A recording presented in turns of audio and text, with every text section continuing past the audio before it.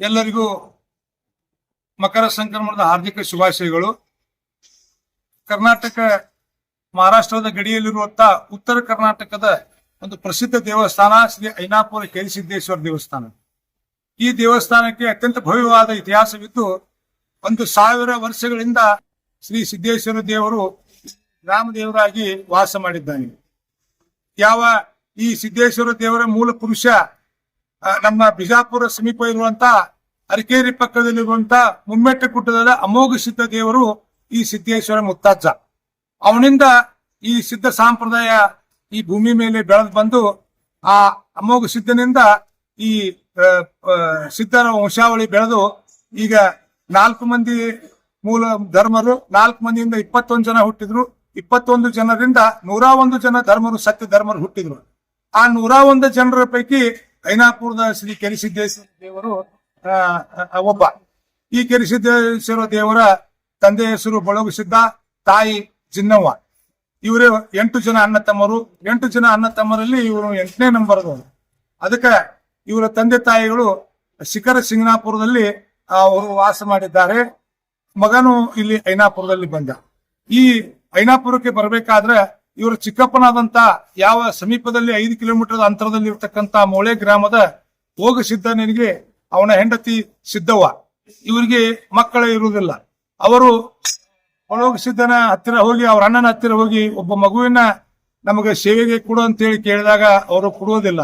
ಅದಕ್ಕ ಸಿಟ್ಟಿಗೆದ್ದು ಯಾರು ಮಕ್ಕಳು ಕೊಡುವಾರ ಅಂತೇಳಿ ಅಣ್ಣನ ಮೇಲೆ ಒಂದು ಸತ್ಯ ಇಟ್ಟು ಭರವಸೆ ಇಟ್ಟು ಅಣ್ಣನ ಮಗನಾದಂತ ಶ್ರೀ ಸಿದ್ದೇಶ್ವರನನ್ನ ಹೆಗಲ ಮೇಲೆ ಎತ್ಕೊಂಡು ಓಡ್ಕೊತ ಬಂದು ಅವರು ಹಿಂದ ಅವರ ತಂದೆ ತಾಯಿ ಬೆನ್ನೆತ್ತಿದ್ರು, ಮುಂದೆ ಇವರು ಗಂಡ ಹೆಂಡತಿ ಓಡ್ತಿದ್ರು. ಈಗ ಬಂದು ನಮ್ಮ ಗುಡಿ ಪಕ್ಕದಲ್ಲಿ ಇರ್ತಕ್ಕಂತ ಐತಿಹಾಸಿಕ ಕೆರೆಯಲ್ಲಿ ಆ 8 ವರ್ಷದ ಮಗನ ಕೆರೆಯಲ್ಲಿ ಒಗೆದ್ರು. ಕೆರೆಯಲ್ಲಿ ಒಗೆದಾಗ ಅಣ್ಣ ತಮ್ಮರಲ್ಲಿ ಕದನ ಪ್ರಾರಂಭ ಆಯ್ತು. ಕದನ ಪ್ರಾರಂಭ ಆದ ನಂತರ ಅಣ್ಣ ತಮ್ಮನಿಗೆ ಹೇಳಿದ, 3 ಮಾತಿನಲ್ಲಿ ನೀನು ಕರೆದರೆ ನಿನ್ನಂತೆ, ನಾನು ಕರೆದರೆ ನನ್ನಂತೆ ಅಂತಕ್ಕಂತ ಷರತ್ತನ್ನು ವಿಧಿಸಿದ್ರು. ಆ ಟೈಮ್ನಲ್ಲಿ ಹಡೆದ ತಾಯಿ ತಂದೆ ಆದಂತಹ ಬಳಗು ಸಿದ್ಧ ಮತ್ತು ಜಿನ್ನವ್ವ 3 ಸಲ ಕೂಗಲಿಕ್ಕಾಗಿ ಸಿದ್ದೇಶ್ವರನು ಕೆರೆಯಿಂದ ಎದ್ದು ಬರಲಿಲ್ಲ. ಆಗ ಚಿಕ್ಕಪ್ಪನಾದ ಯೋಗ ಸಿದ್ಧನು ಹಾಗೂ ಸಿದ್ದವ್ವ ಇಬ್ರು ಕೂಡಿ ಪ್ರೀತಿಯಿಂದ ಮಗನನ್ನು ಕರೆದಾಗ ಸಿದ್ದೇಶ್ವರನು ಕೆರೆಯಿಂದ ಮೇಲೆ ಎದ್ದು ಬಂದು ಆ ಕೆರೆ ಮೇಲೆ ಅವನ ಒಂದು ನಾಮಕರಣ ಸಮಾರಂಭ ಕೂಡ ಆಯ್ತು. ಅದು ಇವತ್ತಿನ ದಿವಸ ಅಂದ್ರೆ ಸಂಕ್ರಾಂತಿ ಭೋಗಿ ದಿವಸ ಈ ಕಾರ್ಯಕ್ರಮ ನಡೆದದ್ದು. ಇದು ಪವಾಡ. ಆ ಟೈಮ್ದಲ್ಲಿ ಸಾಯಂಕಾಲ 5 ಗಂಟೆಗೆ ಈ ಪವಾಡ ನಡೀತಾ ಐನಾಪುರದಲ್ಲಿ 1000 ವರ್ಷ ಹಿಂದೆ. ಆ ಟೈಮ್ದಲ್ಲಿ ಊರಿನ ಜನರೆಲ್ಲರೂ ಕೂಡಿಕೊಂಡು ಅಲ್ಲಿ ತೊಟ್ಲ ಕಟ್ಟಿ ಜೋಗಳ ಹಾಡಿ ಅವಾಗ ಯಾವ ಚಿಕ್ಕಪ್ಪನಾದಂತ ಹೋಗಿ ಸಿದ್ದನು ಮಗನಿಗೆ ಆಶೀರ್ವಾದ ಮಾಡಿದ. ಏನ್ ಆಶೀರ್ವಾದ ಮಾಡಿದಪ್ಪ ಅಂದ್ರ, ನೀನು ನನ್ನ ಮಗನಾಗಿ ಉಳಿದಿ, ಅದಕ್ಕ ಈ ಐನಾಪುರ ಸೀಮೆಯನ್ನು ಬಿಟ್ಟು ನೀನು ಎಲ್ಲಿ ಹೋಗಬೇಡ. ವರ್ಷಕ್ಕೊಂದ್ ದಿವಸ ಮಕರ ಸಂಕ್ರಾಂತಿ ದಿವಸ ಎಲ್ಲ ಅಣ್ಣ ತಮ್ಮಂದಿರನ್ನ ಗುರು ಹಿರಿಯರನ್ನ ಕರ್ಕೊಂಡು ನಿನ್ನ ಭೇಟಿಗೆ ನಾನೇ ಬರ್ತೇನೆ ಅಂತಕ್ಕಂತ ಒಂದು ವಚನ ಕೊಟ್ಟು ಕೆರೆಯಿಂದ ಎದ್ದು ಬಂದಾನಂತ ಹೇಳಿ ಅವನ ಹೆಸರು ಅಂದಿನಿಂದ ಇವತ್ತಿನವರೆಗೆ ಕೆರಿಸಿದ್ದ ಅಂತೇಳಿ ಹೆಸರಾಯ್ತು. ಆ ಕೆರಿಸಿದ್ದ ನಾಮದಿಂದ ಇವತ್ತಿನ ದಿವಸ ಲಕ್ಷಾಂತರ ಭಕ್ತರನ್ನು ಹೊಂದಿ ಐನಾಪುರದ ಆರಾಧ್ಯ ಮೂರ್ತಿಯಾಗಿ, ಆರಾಧ್ಯ ದೇವನಾಗಿ ಐನಾಪುರ ಗ್ರಾಮದಲ್ಲಿ ವಾಸ ಮಾಡಿದ್ದಾನೆ. ಇವನ ಭೇಟಿಗೆ ನಾಳಿನ ದಿವಸ 14ನೇ ತಾರೀಕು ಮಕರ ಸಂಕ್ರಾಂತಿ ಸಾಯಂಕಾಲ 7 ಗಂಟೆಗೆ 11 ಊರುಗಳ ಪಲ್ಲಕ್ಕಿ ಬಂದು ಕೆರಿಸಿದ್ದೇಶ್ವರನ ಭೇಟಿಯಾಗಿ ಬರ್ತಾರೆ. ಇದು 1000 ವರ್ಷದಿಂದ ನಡೆದುಕೊಂಡು ಬಂದಿದೆ. ನಾವೇನು ಅವರಿಗೆ ಆಮಂತ್ರಣ ಕೊಡುವುದಿಲ್ಲ, ತಾವೇ ಬರುವುದು, ತಾವೇ ಬಂದು ದೇವರಿಗೆ ಭೇಟಿ ಕೊಟ್ಟು ನದಿಯಲ್ಲಿ ಮಕರ ಸಂಕ್ರಮಣ ಪುಣ್ಯ ಸ್ನಾನವನ್ನು ಮಾಡಿ ಅಲ್ಲೇ ಎಲ್ಲರೂ ಕೂಡಿಕೊಂಡು ಒಬ್ರಿಗೊಬ್ಬರು ಜಿಕ್ಕೆಯನ್ನು ಹಂಚಿಕೊಂಡು ತಿನ್ನೋದು, ಇಷ್ಟೆಲ್ಲ ಮಾಡಿಕೊಂಡು ರಾತ್ರಿ ಗುಡಿಗೆ ಬಂದ ನಂತರ ಗುಡಿಯಲ್ಲಿ ಮಹಾಪ್ರಸಾದ, ನೈವೇದ್ಯ, ಗ್ರಾಮದ ಎಲ್ಲ ಭಕ್ತರ ನೈವೇದ್ಯ ಹಾಗೂ ರಾತ್ರಿ ಡೊಳ್ಳಿನ ಪದಗಳು ಇತ್ಯಾದಿ ಕಾರ್ಯಕ್ರಮಗಳು ನಡೆದು ಬೆಳಿಗ್ಗೆ 6 ಗಂಟೆಗೆ ಎಲ್ಲರೂ ಮತ್ತೆ ತಮ್ಮ ಊರಿಗೆ ಹೋಗುವಂತ ವ್ಯವಸ್ಥೆ ಇದೆ. ಎಲ್ಲರನ್ನ ಶ್ರೀ ಕೆರಿಸಿದ್ದೇಶ್ವರ ದೇವರು ಅಗಸಿವರಿಗೆ ಹೋಗಿ ಎಲ್ಲರನ್ನ ಕಳಿಸಿಕೊಟ್ಟು ಮತ್ತೆ ಗುಡಿಯಲ್ಲಿ 4 ದಿವಸಗಳ ಪರ್ಯಂತ ಗುಡಿಯಲ್ಲಿ ವಾಸ ಮಾಡ್ತಾನೆ. ಈ ಸಂಕ್ರಮಣ ನಿಮಿತ್ತವಾಗಿ ಸನ್ 1970ರಲ್ಲಿ ಐನಾಪುರದ ಹಿರಿಯರೆಲ್ಲರೂ ಕೂಡಿಕೊಂಡು ದನಗಳ ಭವ್ಯವಾದ ಜಾತ್ರೆಯನ್ನು ಕೂಡಿಸೋಣ ಅಂತಕ್ಕಂತ ಮಾತಿನಿಂದ 70ನೇ ಇಸ್ವಿಯಲ್ಲಿ ನಮ್ಮ ಐನಾಪುರ ಜಾತ್ರಾ ಮಹೋತ್ಸವ, ಈ ಜಾತ್ರಾ ಮಹೋತ್ಸವ ಪ್ರಾರಂಭವಾಯಿತು. ಇವತ್ತಿಗೆ ನಡೀತಕ್ಕಂತ ಜಾತ್ರೆ 55ನೇ ಜಾತ್ರಾ ಮಹೋತ್ಸವ. ಈ ಜಾತ್ರೆ 5 ದಿನಗಳ ಕಾಲ ವಿಜೃಂಭಣೆಯಿಂದ ನಿಂತಿದೆ. ಜಾತ್ರೆ ವಿಶೇಷ ಅಂದ್ರೆ ದನಗಳ ಪ್ರದರ್ಶನ, ಕೃಷಿ ಮೇಳ ಹಾಗೂ ಅಂಗಡಿ ಮುಗ್ಗಟ್ಟುಗಳು ವ್ಯಾಪಾರ, ಜಾನಪದ ಕ್ರೀಡೆಗಳು ಅಂದ್ರೆ ಎತ್ತಿನ ಸೆರತು, ಕುದುರೆ ಒಂದು ಎತ್ತು ಸೆರತ್ತು, ಒಂದು ಕುದುರೆ ಗಾಡಿ ಸರತ್ತು ಮತ್ತು ಅತ್ಯಂತ ಮಹತ್ವವಾದಂತಹ ಸಂಗ್ರಾಮ ಕಲ್ಲು ಎತ್ತುದು ಮತ್ತು ಗುಂಡು ಎತ್ತುದು ಇದು ನೋಡ್ತಕ್ಕಂತ ಒಂದು ಸ್ಪರ್ಧೆ. ನಾಡಿನ ಕರ್ನಾಟಕ ಮಹಾರಾಷ್ಟ್ರದ ಎಲ್ಲ ಪೈಲ್ವಾನರು ಬಂದು ಈ ಸ್ಪರ್ಧೆಯನ್ನು ನಡೆಸಿಕೊಡ್ತಾರೆ. ಇದು ಕೂಡ 16ನೇ ತಾರೀಕು ನಡೀತಾ ಇದೆ. 17ನೇ ತಾರೀಕ ವಿಚಾರ ಸಂಕಿರಣ, ಕೃಷಿ ವಿಚಾರ ಸಂಕಿರಣ ಇತ್ಯಾದಿ ಎಲ್ಲಗಳನ್ನ ನಡೀತೇವೆ. ಈ ಕಾರ್ಯಕ್ರಮದಲ್ಲಿ 5 ದಿನಗಳ ಪರ್ಯಂತ ಕೃಷಿ ಮೇಳದಲ್ಲಿ ರೈತರಿಗೆ ಬೇಕಾಗತಕ್ಕಂತ ಎಲ್ಲ ಕೃಷಿ ಸಂಬಂಧಿತ ಪರಿಕರಗಳು ಎಲ್ಲ ಸಾಮಾನುಗಳು ಕೂಡ ಮಾರಾಟಕ್ಕೆ ಬರ್ತಾ ಇದ್ದಾವೆ.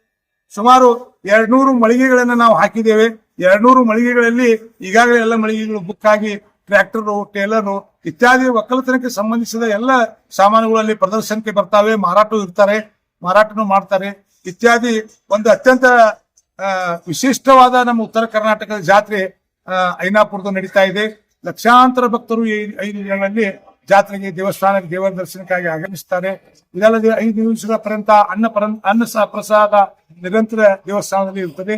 ಮತ್ತು ಎಲ್ಲ ಸುವ್ಯವಸ್ಥಿತವಾಗಿ ಯುವ ಪಡೆ, ಕೃಷಿ ಮೇಳ ಹಾಗೂ ಅಂಗಡಿ ಕಾರ ವ್ಯವಸ್ಥೆ, ಲೈಟ್ ವ್ಯವಸ್ಥೆ, ನೀರಿನ ವ್ಯವಸ್ಥೆ ಎಲ್ಲ ಅಚ್ಚುಕಟ್ಟಾಗಿ ನಮ್ಮ ಐನಾಪುರದ ಎಲ್ಲ ಯುವಕರು ಕೂಡಿಕೊಂಡು ಒಂದೊಂದು ವಿಭಾಗವನ್ನ ಕೆಲಸ ಕಾರ್ಯಗಳನ್ನು ಹಂಚಿಕೊಂಡು ಎಲ್ಲರೂ ಮಾಡುವಂತ ವ್ಯವಸ್ಥೆ ಇದೆ. ನಾನು ಮಾತಾಡುವನು ಈ ಊರಿನ ಗೌಡರು ಅಂದ್ರೆ ಗದ್ದಿಗೆ ಮನೆ ಗೌಡರು. ಶ್ರೀ ಸಿದ್ದೇಶ್ವರ ದೇವರ ಪಲ್ಲಕ್ಕಿ ಗದ್ದಿಗೆ ನಮ್ಮ ಮನೆಯಲ್ಲಿ ನಮ್ಮ ವಾಡ್ಯದಲ್ಲೇ ಇರೋದು. ದೇವರು ನಮ್ಮ ವಾಡ್ಯದಿಂದನೇ ಎದ್ದು ಹೊರಗೆ ಬರಬೇಕು ಮತ್ತು ಪುನಃ ನಮ್ಮ ವಾಡ್ಯಕ್ಕೆ ಹೋಗುವಂತ ವ್ಯವಸ್ಥೆ ಸಾವಿರಾರು ವರ್ಷದಿಂದ ನಡ್ಕೊಂಡು ಬಂದಿದೆ. ನಾನು ಈ ದೇವಸ್ಥಾನದ ವತಿಯಿಂದ ನಾವು ಜಾತ್ರಾ ಮಹೋತ್ಸವವನ್ನು ಮಾಡ್ತೀವಿ. ಜಾತ್ರಾ ಸಮಿತಿಯ ಕಾರ್ಯಾಧ್ಯಕ್ಷನಾಗಿ ನಾನು ರಾಜೀವ್ಗೌಡ ಬಾಪಗೌಡ ಪಾಟೀಲ್ ಅಂತಕ್ಕನು ಈಗ ನಾನು ಮಾತಾಡ್ತಾ ಇದ್ದೇನೆ. ಎಲ್ಲ ಭಕ್ತಾದಿಗಳು, ಪಟ್ಟಣ ಪಂಚಾಯತಿ, ತಾಲೂಕಾ ಆಡಳಿತ, ಊರಿನ ಎಲ್ಲ ಭಕ್ತಾದಿಗಳು, ಎಲ್ಲ ಪೂಜಾರಿ ವರ್ಗದವರು ಎಲ್ಲರೂ ಕೂಡಿಕೊಂಡು ಈ ಜಾತ್ರಾ ಮಹೋತ್ಸವವನ್ನು ವಿಜೃಂಭಣೆಯಿಂದ ಮಾಡುವುದು. ಇದು ಜಾತ್ರಾ ಮಹೋತ್ಸವಕ್ಕೆ ಯಶಸ್ವಿಗೊಳಿಸಲು ಎಲ್ಲ ಸರ್ಕಾರಿ ಅಧಿಕಾರಿ ವರ್ಗದವರು ಅಂದ್ರೆ KSRTC ಅವರು, KEB ಅವರು, ತಾಲೂಕಾ ಆಂಧ್ರ ತಹಸೀಲ್ದಾರ್ ಆಫೀಸ್ನವರು, ಪೊಲೀಸ್ ವರ್ಗದವರು, ಸಿಬ್ಬಂದಿಗಳು ಎಲ್ಲರೂ ಕೂಡ, ಮತ್ತೆ ನಮ್ಮ ಊರಿನ ಪಟ್ಟಣ ಪಂಚಾಯತಿ ಸದಸ್ಯರು ಎಲ್ಲರೂ ಕೂಡ್ಕೊಂಡು ಈ ಜಾತ್ರಾ ಮಹೋತ್ಸವದಲ್ಲಿ ಭಾಗಿಯಾಗಿ ತಮಗೆ ವಹಿಸಿದಂತಹ ಜವಾಬ್ದಾರಿಯನ್ನ ಅಚ್ಚುಕಟ್ಟಾಗಿ ನಿರ್ವಹಿಸ್ತಾರೆ. ಮತ್ತು ಎಲ್ಲ ಮಾಧ್ಯಮದ ಮಿತ್ರರು, ಎಲ್ಲ ಟಿವಿ ಮಾಧ್ಯಮದವರು, ಪತ್ರಿಕಾ ಮಾಧ್ಯಮದವರು ಕೂಡ ನಮ್ಮ ಜಾತ್ರಾ ಮಹೋತ್ಸವದ ಪ್ರಚಾರ ಪ್ರಸಾರಕ್ಕೆ ತುಂಬಾ ಸಹಕಾರವನ್ನು ನೀಡ್ತಾ ಇದ್ದಾರೆ. ಈ ಜಾತ್ರಾ ಮಹೋತ್ಸವ ಅತ್ಯಂತ ಯಶಸ್ವಿಯಾಗಿ ನಾಳೆಯಿಂದ ಪ್ರಾರಂಭ ಆಗ್ತಾ ಇದೆ.